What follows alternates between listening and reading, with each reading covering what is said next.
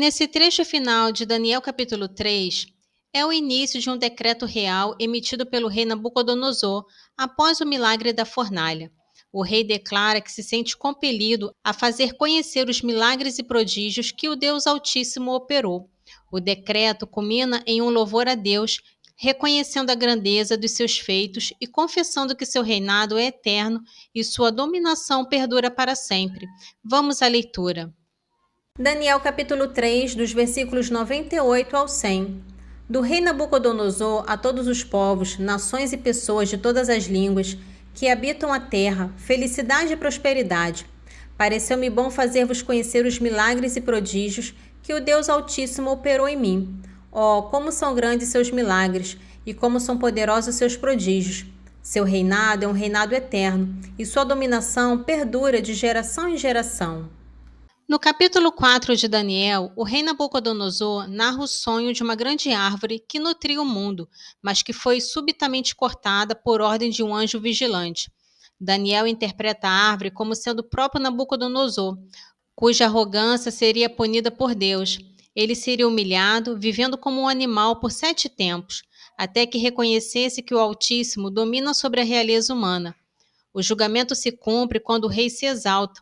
Após o período de loucura, Nabucodonosor recupera a razão, bendiz o Altíssimo, confessa sua soberania perpétua e conclui: Deus tem o poder de humilhar aqueles que procedem com orgulho.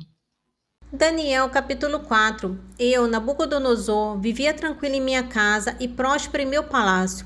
Tive um sonho que me assustou. Os pensamentos me perpassavam pelo meu espírito, quando no meu leito, bem como minhas visões, perturbaram-me. Dei ordem para que fizesse vir à minha presença todos os sábios da Babilônia, a fim de que me dessem a interpretação de meu sonho.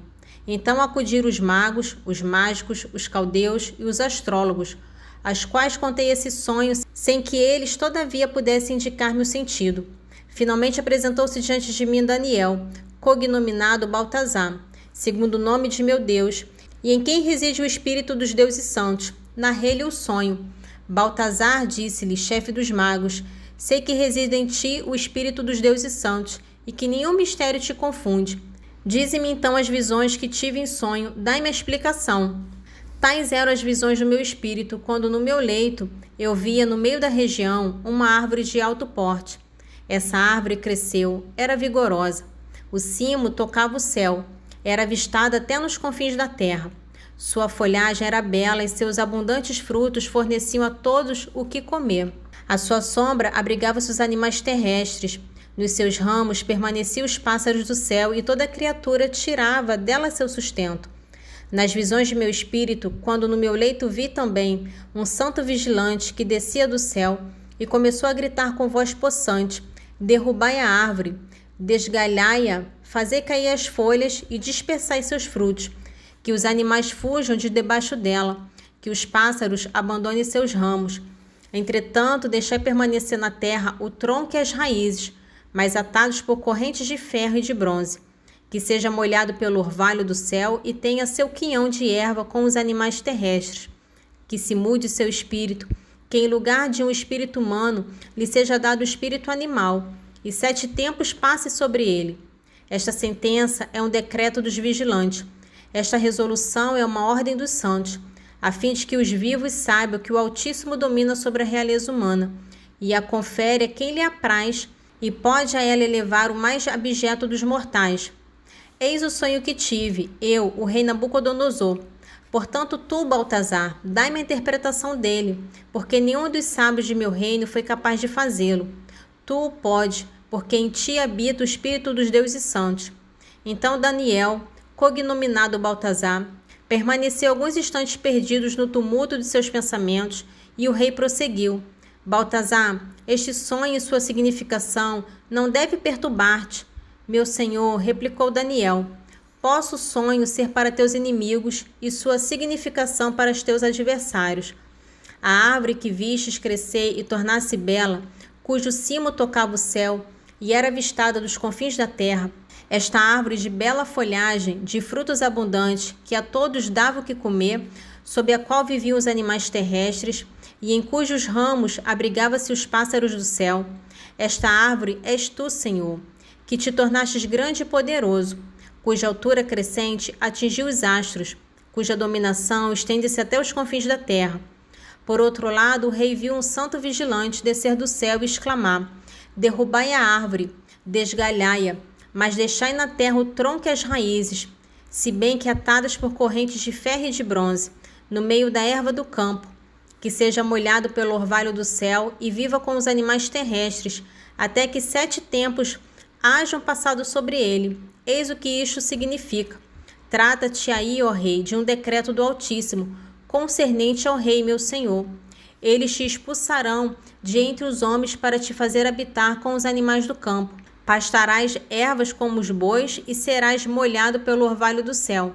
7 tempos passarão sobre ti, até que reconheças o domínio do Altíssimo sobre a realeza humana, o qual a confere a quem lhe apraz. Se foi ordenado deixar intacto o trono da árvore e suas raízes, é que tua realeza te será restituída, logo que reconheças a soberania do céu. Queiras então, ó rei, aceitar meu conselho. Resgata teu pecado pela justiça e tuas iniquidades pela piedade para com os infelizes. Talvez com isso haja um prolongamento de tua prosperidade. Tudo isso aconteceu ao rei Nabucodonosor. 12 meses mais tarde, o rei, passeando nos terraços do Palácio Real, fazia esta reflexão: eis aí verdadeiramente a grande Babilônia, que construí para fazer dela uma mansão real por meu poder soberano e para servir à glória de minha majestade. Falava ainda quando uma voz baixou do céu: anuncio a ti, rei Nabucodonosor, que teu reino te foi arrebatado. Vão expulsar-te dentre os homens para te fazer viver entre os animais dos campos. Pastarás ervas como os bois. 7 tempos passarão sobre ti, até que reconheças que o Altíssimo domina sobre a realeza humana e que a confere a quem lhe apraz. No mesmo momento, o oráculo pronunciado sobre Nabucodonosor cumpriu-se. Ele foi expulso dentre os homens e pastou ervas como os bois. Seu corpo foi molhado pelo orvalho do céu. Seu pelo cresceu como penas de águia e suas unhas como unhas de pássaro. Ao terminar os dias marcados, eu, Nabucodonosor, levantei os olhos para o céu. A razão voltou-me e eu bendize o Altíssimo. Louvei e glorifiquei aquele que vive eternamente, cuja dominação é perpétua, cujo reino subsiste de idade em idade. Diante dele, nenhum habitante da terra tem importância. Age como quer, tanto em se tratando do exército celestial, quanto em relação aos habitantes terrenos. Ninguém pode bater-lhe na mão e perguntar-lhe: que fazes aí? Nesse mesmo instante, a razão me foi restituída, com o brilho de minha realeza, minha majestade e meu esplendor. Meus conselheiros e meus nobres vieram procurar-me. Fui reintegrado à frente do meu reino e o meu poder achou-se aumentado. Agora eu, Nabucodonosor, louvo, exalto e glorifico o Rei dos céus, cujas obras são todas justas e cujos caminhos são retos, e que tem o poder de humilhar aqueles que procedem com orgulho. Do capítulo 2 de Pedro, ele vai exortar os cristãos novamente, chamados de estrangeiros e peregrinos, a viver uma ética de santidade e submissão no mundo pagão. Eles devem abster-se dos desejos da carne e se submeter a toda autoridade humana, pois a prática do bem é a forma de emudecer a ignorância dos insensatos. O apóstolo aplica este princípio ao relacionamento entre servos e senhores, afirmando que sofrer injustamente por consciência para com Deus é agradável. O modelo e a motivação para essa paciência no sofrimento são encontrados em Cristo, que padeceu por nós, não revidou e levou nossos pecados no madeiro, para que vivamos para a justiça, e que é o pastor e guarda das vossas almas. 1 Pedro, capítulo 2, dos versículos 11 ao 25. Caríssimos, rogo-vos que, como estrangeiros e peregrinos, vos abstenhais dos desejos da carne, que combatem contra a alma. Comportai-vos nobremente entre os pagãos. Assim, naquilo que vos caluniam como malfeitores, chegarão considerando vossas boas obras, a glorificar a Deus no dia em que Ele os visitar. Por amor do Senhor, sede submissos, pois a toda autoridade humana, quer ao rei como a soberano, quer aos governadores como enviados por ele para castigo dos malfeitores e para favorecer as pessoas honestas, porque esta é a vontade de Deus, que praticando o bem, façais emudecer a ignorância dos insensatos. Comportai-vos como homens livres, e não à maneira dos que tomam a liberdade como véu, para encobrir a malícia, mas vivendo como servos de Deus. Sede educados para com todos, amai os irmãos, temei a Deus, respeitai o rei. Servos, sede obedientes aos senhores com todo respeito, não só aos bons e moderados, mas também aos de caráter difícil. Com efeito, é coisa agradável a Deus sofrer contrariedades e padecer injustamente, por motivo de consciência para com Deus. Que mérito teria alguém se suportasse pacientemente os açoites por ter praticado mal? Ao contrário, se é por ter feito bem que sois maltratados, e se o suportardes pacientemente, isso é coisa agradável aos olhos de Deus. Ora, é para isso que fostes chamados. Também Cristo padeceu por vós, deixando-vos exemplo para que sigais os seus passos. Ele não cometeu pecado, nem se achou falsidade em sua boca. Ele, ultrajado, não retribuía com idêntico traje. Ele, maltratado, não proferia ameaças, mas entregava-se àquele que julga com justiça. Carregou os nossos pecados em seu corpo sobre o madeiro, para que, mortos aos nossos pecados, vivamos para a justiça. Por fim, por suas chagas, fomos curados, porque éreis como ovelhas desgarradas, mas agora retornastes ao pastor e guarda das vossas almas. Hoje também vamos ver o capítulo 3 de Pedro, onde ele exorta as mulheres casadas a viver a submissão como meio de evangelização para maridos incrédulos, priorizando a pureza incorruptível de um espírito suave e pacífico, em detrimento dos adornos externos. Ele então exorta os maridos a agirem com sabedoria e respeito para com suas esposas, reconhecendo-as como co-herdeiras da graça que dá a vida, alertando que a falta de respeito pode opor-se às suas orações. 1 Pedro, capítulo 3, dos versículos 1 ao 7. Vós também, ó mulheres, sede submissas aos vossos maridos. Se alguns não obedecem à palavra, serão conquistados, mesmo sem a palavra da pregação, pelo simples procedimento de suas mulheres, a observarem vossa vida casta e reservada. Não seja o vosso adorno o que aparece externamente, cabelos trançados, ornamentos de ouro, vestidos elegantes, mas tende aquele ornato interior e oculto do coração, a pureza incorruptível de um espírito suave e pacífico, o que é tão precioso aos olhos de Deus. Era assim que outrora se ornavam as santas mulheres, que esperavam em Deus, eram submissas a seus maridos, como Sara que obedecia a Abraão, chamando-o de Senhor. Dela vos tornais filhas pela prática do bem, sem temor de perturbação alguma. Do mesmo modo, vós, ó maridos, comportai-vos sabiamente no vosso convívio com as vossas mulheres, pois são de um sexo mais fraco, porquanto elas são herdeiras, com o mesmo direito que vós outros, da graça que dá a vida. Tratai-as com todo respeito, para que nada se oponha às vossas orações. O resumo do Salmo 121, o salmista expressa alegria ao ser convidado a subir a Jerusalém, descrevendo a cidade como um lugar de unidade para as tribos e a sede da justiça. O salmo é uma exortação universal para que se peça paz e segurança para Jerusalém. A intercessão é motivada tanto pelo amor à comunidade, quanto pela devoção à casa do Senhor nosso Deus. Salmo 121. Que alegria quando me vieram dizer: vamos subir à casa do Senhor. Eis que nossos pés se estacam diante de tuas portas, ó Jerusalém.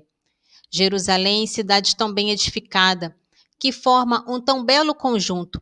Para lá sobem as tribos do Senhor, segundo a lei de Israel, para celebrar o nome do Senhor. Lá se acham os tronos de justiça, os assentos da casa de Davi. Pedi vós todos a paz para Jerusalém, e vivam em segurança os que te amam. Reine a paz em teus muros e a tranquilidade em teus palácios. Por amor de meus irmãos e de meus amigos, pedirei a paz para ti. Por amor da casa do Senhor, nosso Deus, pedirei para ti a felicidade. Nesse trecho de Eclesiástico, capítulo 38, o sábio contrasta o modo de vida do escriba, que adquire a sabedoria no lazer e na reflexão, como o modo de vida dos trabalhadores manuais, camponeses, ferreiros, olheiros. Ele reconhece que a dedicação exigida por esses ofícios os impede de ocupar cargos judiciais ou políticos. Contudo, o texto exalta a dignidade desses trabalhadores, afirmando que eles são sábios em sua arte, sustentam as coisas deste mundo e sua oração e seu estudo da lei estão intrinsecamente ligados aos trabalhos de sua profissão. Eclesiástico capítulo 38, dos versículos 24 ao 39. Na paz em que o morto entrou, deixa repousar a sua memória e conforta no momento em que exalar o último suspiro. A sabedoria do escriba lhe vem no tempo do lazer. Aquele que pouco se agita adquirirá sabedoria. Que sabedoria poderia ter o homem que conduz a charrua, que faz ponto de honra a guilhoar os bois, que participa de seu labor e só sabe falar das crias dos touros? Ele põe todo o seu coração em traçar sulcos, e o seu cuidado é engordar novilhas. Igualmente acontece com todo carpinteiro, todo arquiteto, que passa no trabalho os dias e as noites. Assim sucede aquele que grava as marcas dos sinetes, variando as figuras por um trabalho assíduo, que aplica todo o seu coração na imitação da pintura e põe todo o cuidado no acabamento de seu trabalho. Assim acontece com o ferreiro sentado perto da bigorna, examinando o ferro que vai amoldar. O vapor do fogo queima suas carnes e ele resiste ao ardor da fornalha. O barulho do martelo lhe fere o ouvido de golpes repetidos. Seus olhos estão fixos no modelo do objeto. Ele aplica o seu coração em aperfeiçoar sua obra e põe um cuidado vigilante em torná-la bela e perfeita. O mesmo sucede com o olheiro, que entrega sua tarefa, gira a roda com os pés, sempre cuidadoso pela sua obra, e todo o seu trabalho visa produzir uma quantidade determinada. Com o seu braço dá forma ao barro, torna-o maleável com os pés, aplica o seu coração em aperfeiçoar o verniz e limpa o forno com muita diligência. Todos esses artistas esperam tudo de suas mãos, cada um deles é sábio em sua profissão. Sem eles, nenhuma cidade seria construída, nem habitada, nem frequentada, mas eles mesmos não terão parte na assembleia. Não se sentarão nas cadeiras dos juízes, não entenderão as disposições judiciárias, não apregoarão nem a instrução nem o direito, nem serão encontrados a estudar as máximas. Entretanto, sustentam as coisas deste mundo. Sua oração se refere aos trabalhos de sua arte. A eles aplicam sua alma e estudam juntos a lei do Altíssimo. Glória ao Pai, ao Filho e ao Espírito Santo, assim como era no princípio, agora e sempre. Amém. Divino Espírito Santo, iluminai-nos, guiai-nos, dai-nos sabedoria e discernimento. Amém.